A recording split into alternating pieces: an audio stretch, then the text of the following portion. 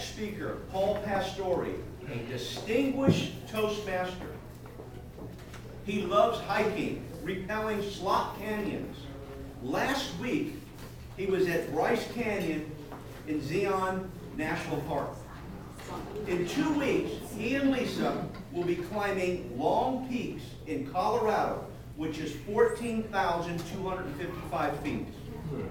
Next month, he will be hiking Glacier National Park in Montana. Their goal is to hike 50 trails each year. Today's speech is an 8 to 10 minute speech. It's a number 10 speech to inspire us.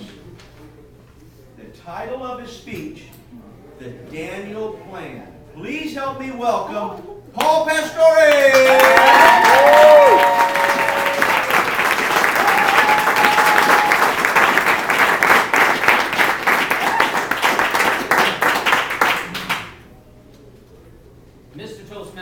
Toastmasters and most welcome guests. How many were at the club installation summer party? Hi-yo! Thanks again to the Bruno Fortes. Something that I noticed at that party is the amount of people that lost weight. I went up to Michael Sumner, said hi, and I said, wow, you looking good. You lost some weight. And in typical Brit fashion, he said, oh, so little. I said, you lost more than a little. You lost at least 20 pounds. You're looking good. I was talking to Tudor, and Tudor is in the process of dropping some weight, correct? Yes. Went up to Rose and Tim, who are going to get married. They're trying to become slimmer for their upcoming wedding. And Jim Morrow lost a lot of weight. He was supposed to be speaking today, but he had a business engagement, so I volunteered to take his spot, and I thought I'd take his topic too.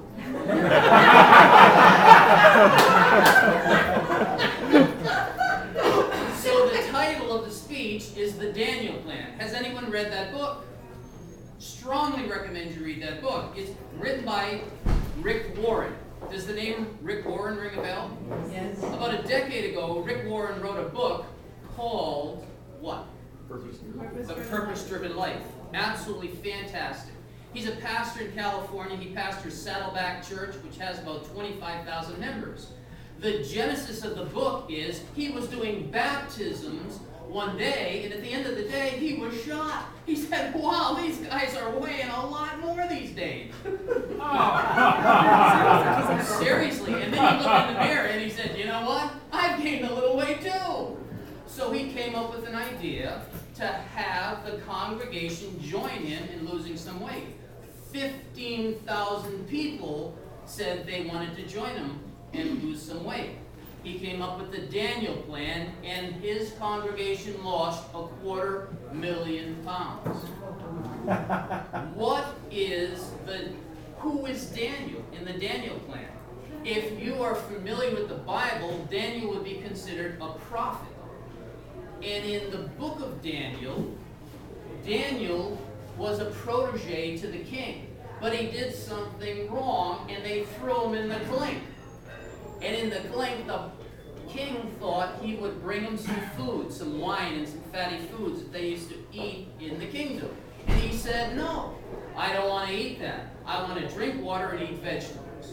So you would say he's the patron saint of vegans.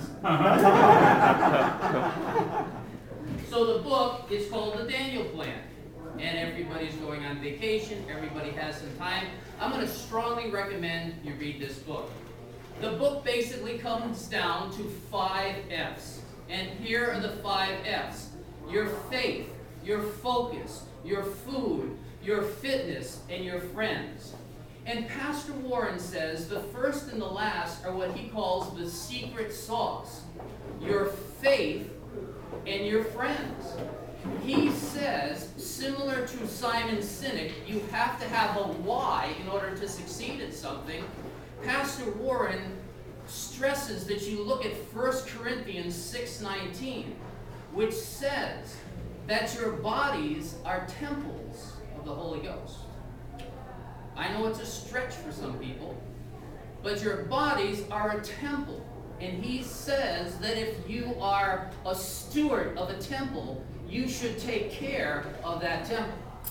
So that's where he starts. He says if you're going to become fit, lose weight, get in better shape, you have to start with that mindset that that is your temple. And the final part, the last F of the secret sauce, he says, is to rely on your friends. Because if you can work out with some friends or lose some weight with your friends, studies show that you will lose twice as much weight if you help use your friends. I've been running for 30 years with one guy. Some of you know every morning, at least 5 days a week, I'm working out with 2 or 3 other guys. And believe me, it is absolutely positively wonderful. Few statistics.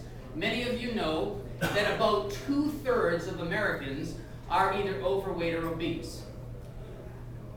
Globally, about 1/3 and 29% of the people are overweight or obese.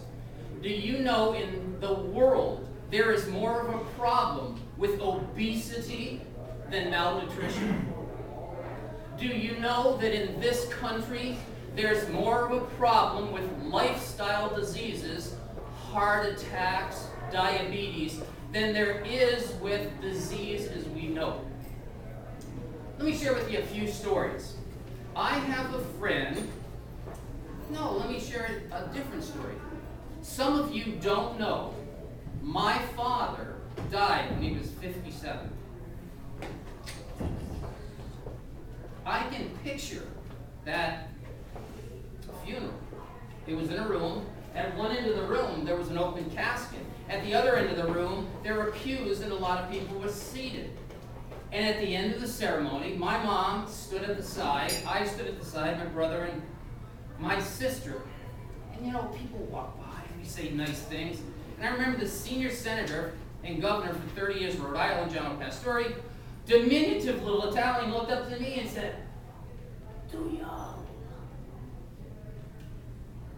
Here's a guarantee I'm going to give you today. Because everybody likes a guarantee.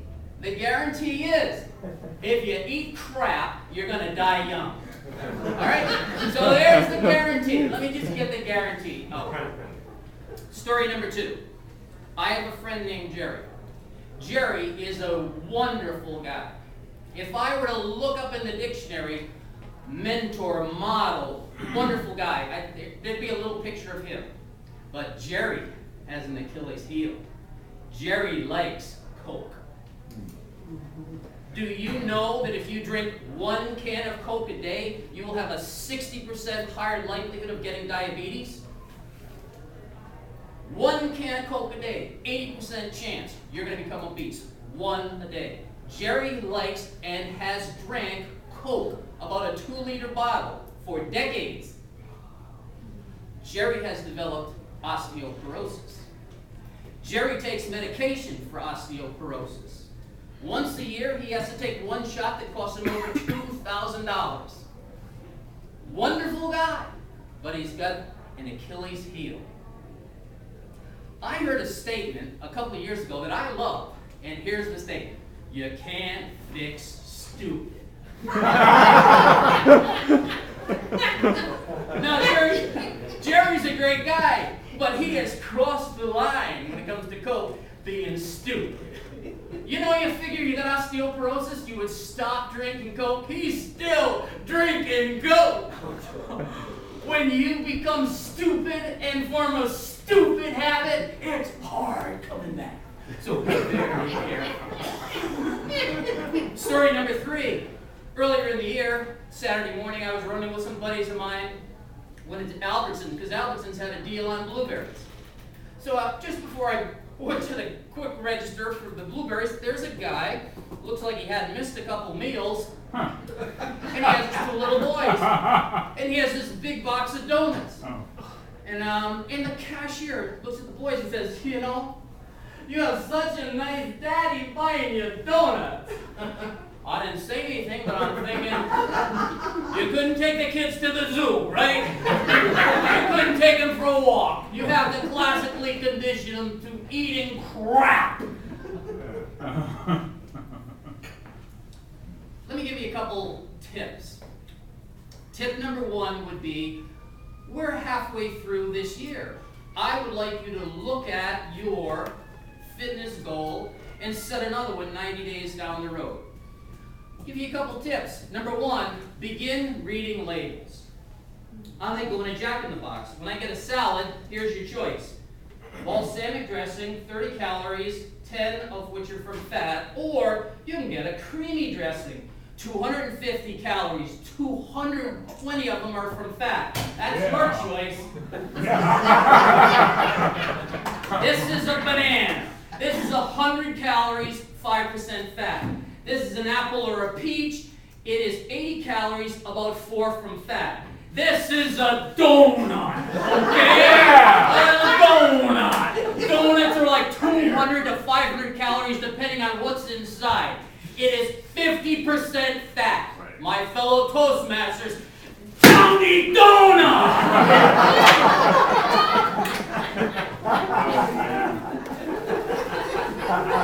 So my fellow Toastmasters, it's called the Daniel Plan. Pick it up. I'd like to see you live long, healthy lives, Mr. Toastmaster.